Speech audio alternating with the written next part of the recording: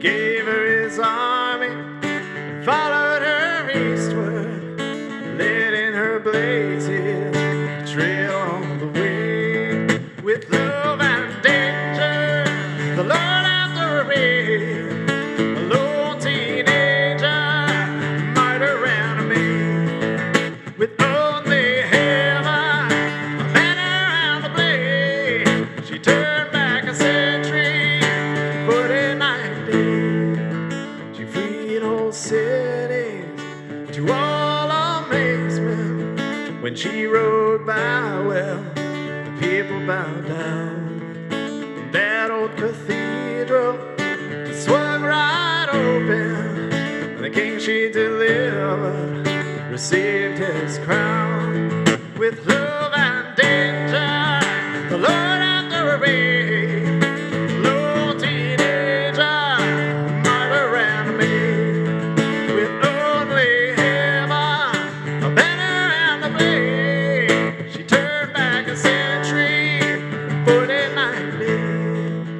That king betrayed her, allowed her capture, and he wouldn't ransom her back for a dime. And all of the learned doctors of Europe tried to accuse her but could find no crime. Now she couldn't read, but she signed what they read her. That's how they tricked her, a bait and a switch. Confessions of falsehood, sins never committed, and now they could burn her and call her a witch. With love and danger, the Lord after a raid, a lone teenager, martyr and a maid. With only heaven, a banner and a blade, she turned back a century, 49. With love and danger, the Lord after a raid, a lone teenager, martyr and a maid. With only heaven, a banner and a blade, she turned back a century, 49 days.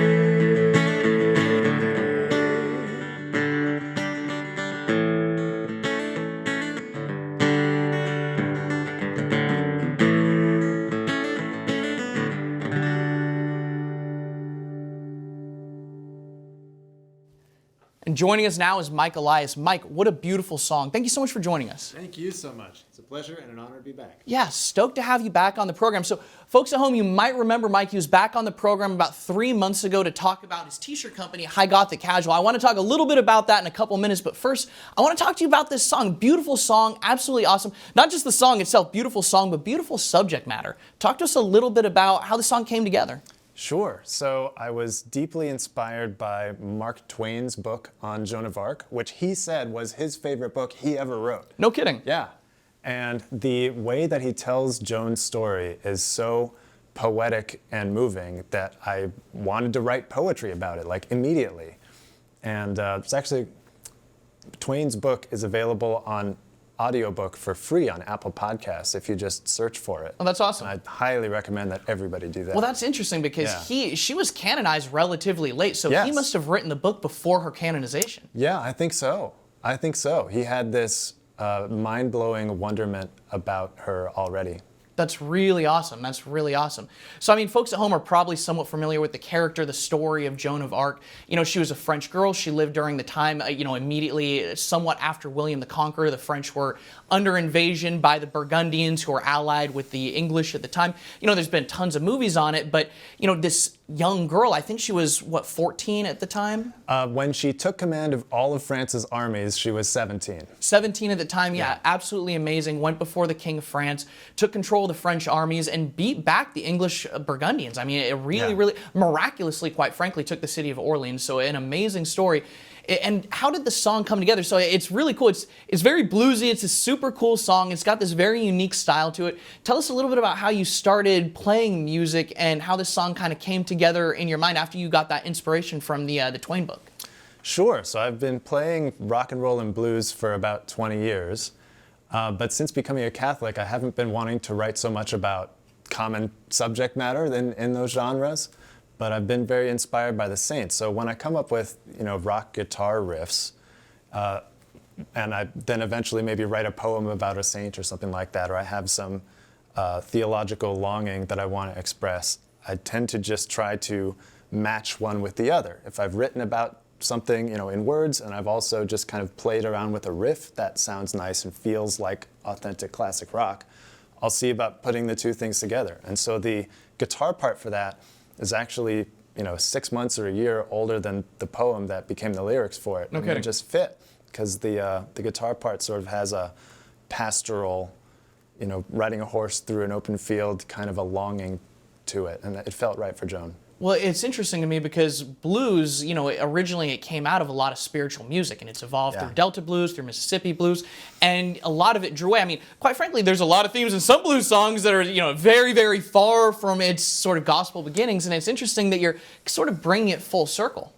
Yeah, I hope so. The channels that you mentioned that flowed into rock and roll have a tremendous potential for holiness. The suffering of poor black people writing blues, transforming that suffering into joy, is such a holy and Catholic movement of the heart that is embedded in that music. And then also, of course, the gospel influences. And there's nothing about those two streams that had to be about unleashing the entire world's lust. Like that was a perversion of these things. And so it seems like the ingredients are there for something really galvanizing and sacred. I love that. So talk to us a little bit about your own faith journey. I know it's a really unique one that literally took you around the world. Yeah. I come from a Jewish family. I'm completely Jewish in every respect except religiously, I suppose. And I was raised atheist. Religion was not that important to us. And I found God through Buddhist meditation and Taoism and Hinduism and all these Eastern mystical traditions. And then fell in love with my wife, who's sitting in the studio over here, and she was living in China at the time.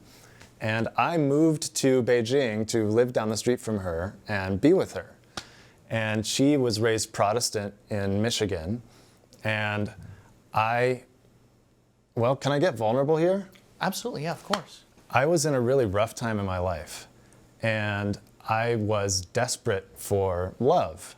And I was so compelled by Leah, just the light that she had just kind of emanating from her, and the way she invigorated my heart. And she comes from a Protestant family that wouldn't let her marry a non-Christian. Mm-hmm.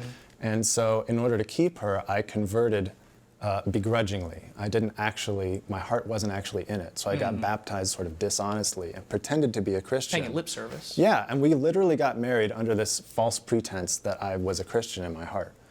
And 2 years after, by the grace of God, I started to be able to recover and come clean.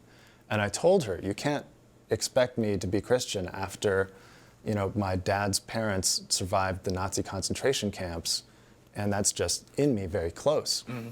And to her great credit, I think she did accept that and receive the pain of the betrayal that I had given her, because 3 weeks later, without talking about it any further, I had an authentic conversion experience and accepted Jesus.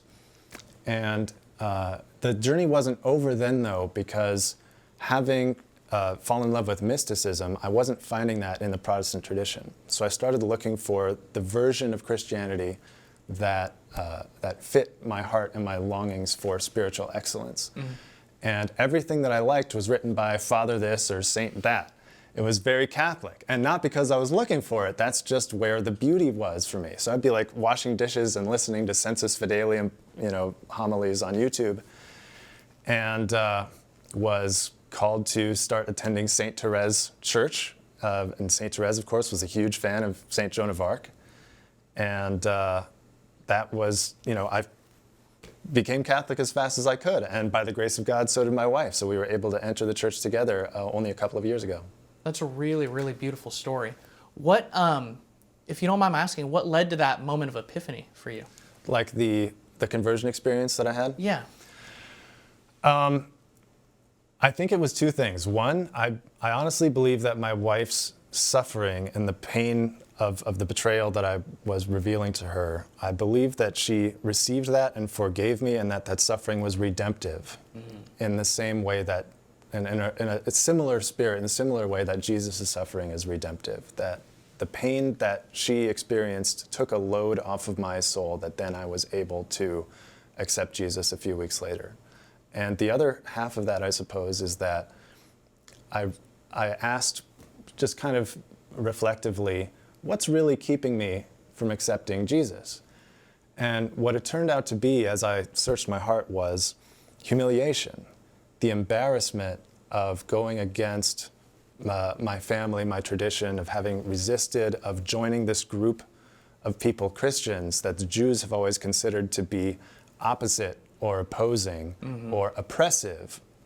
And once I decided, I will accept this humiliation for you, God, the doors flew open, and everything that I was afraid of did not actually happen. I still have a good relationship with my family, and Jesus, especially the Catholic interpretation and view of his life and death and what we were supposed to do about it, moves me and resonates with me in a way that I never thought possible, even after having toured all these other religions. That's so beautiful. It's so powerful. Yeah. We're going to have to take a super quick break. Folks at home, when we get back, we're going to talk Mike all about the t-shirt company him and his wife started that glorify God, as well as his future musical plans. You're not going to want to miss this when we're back in 2.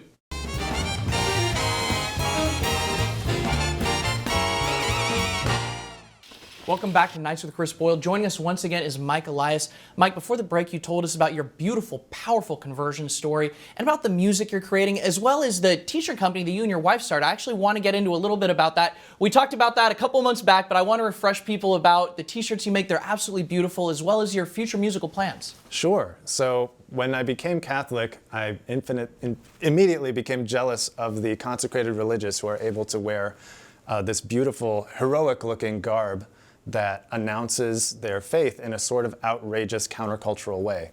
And I wanted that for myself, but being a layperson, I couldn't do it. And I don't remember how I got the idea, but I started printing public domain Catholic art on t-shirts and wearing them around. And it really resonated with me and with other people, and it kind of carries this rock and roll flair, as well as being a witness to what's important to me. And so it's like a little bit outrageous, a little bit embarrassing even, and it attracts the people who need to have the most important conversation they might ever have. And that's really beautiful, and it does it in a way that's so directly approachable. You don't need to preach to anyone, you don't need to get up on a pulpit. Exactly. The messages, and I think that's why messages in pictorial form were so powerful during the Middle Ages, why things like stained glass, why statues, why all these things were so effective at communicating knowledge of the faith to people who are, quite frankly, illiterate. And now, not saying the people you run into on the street are illiterate, but even if you don't have time to talk to them, you can they can see something and maybe initiate that conversation. That's really beautiful. Yeah, thank you. I love that it's simultaneously loud and silent. That's a great way to put it, great way to put it. So talk to us a little bit about some of the music you have, and I understand you brought a gift onto the program as well. I did. I just happen to like you, man. So here, I'll just give it to you now, and if I get to talk about my band project, then I will. Anyway. Beautiful. Oh, it has my name right on it. Let's go ahead and take a look. Authentic handwriting. All right. Oh, this is beautiful. Oh, I absolutely love it. It's got, can you guys see it on that? Beautiful. Yes. It's got Our Lady on it and the American flag. Perfect for 4th of July. Absolutely beautiful. Mike, this is perfect. Thank you so much. My great pleasure. And folks at home, they could get this for themselves. Tell folks at home where they could find t-shirts like this for themselves so they could get one of these for 4th of July. It's probably not too late to order one for 4th of July. No, that is very much the idea. The website is highgothiccasual.com. High Gothic like the architectural style, and then casual like what a t-shirt is. And yes, the idea is to invite Mary to pray for our country in this critical time where a holy patriotism, like that of Joan of Arc, is so desperately needed. Absolutely beautiful. And then what future plans do you have for the music? It was a beautiful plan. I know that's one of the newest songs you have out now. Are you planning are you planning on producing some more music, releasing some more music in the near future? Yeah, though I'm not exactly sure when. The name that I currently use for my music is The Pearl Clutchers. Love it. And Love it. It's inspired by this, I can sympathize. Derogatory name. Good, yes, absolutely. The point is, a pearl clutcher, while having been a derogatory term to the people who have been trying to point out for 100 years that the devil is trying to invade popular culture, like, as a rock fan, I used to think those people were idiots, but those people were right. The pearl clutchers were right. The pearl clutchers were right. And a pearl clutcher is a good and actually rebellious thing to be these days. And so that's where the name came from. I like it. I like it. You could go on tour with the Karens. Mike, thank you so much for joining us tonight. I really appreciate it. Thank you so much, Chris. And that's all we have for you this evening. Until next time, you could follow me on Twitter and Instagram at HeyChrisBoyle. Oh, I'm over here now. You can follow me on Twitter and Instagram at HeyChrisBoyle. If you like the show, please send feedback to chris.boyle@onn.com. I'd like to thank my production team, my director, Jared, my editor, Raphael, PA, Brittany, and to all of you at home, thank you, and enjoy the rest of your night.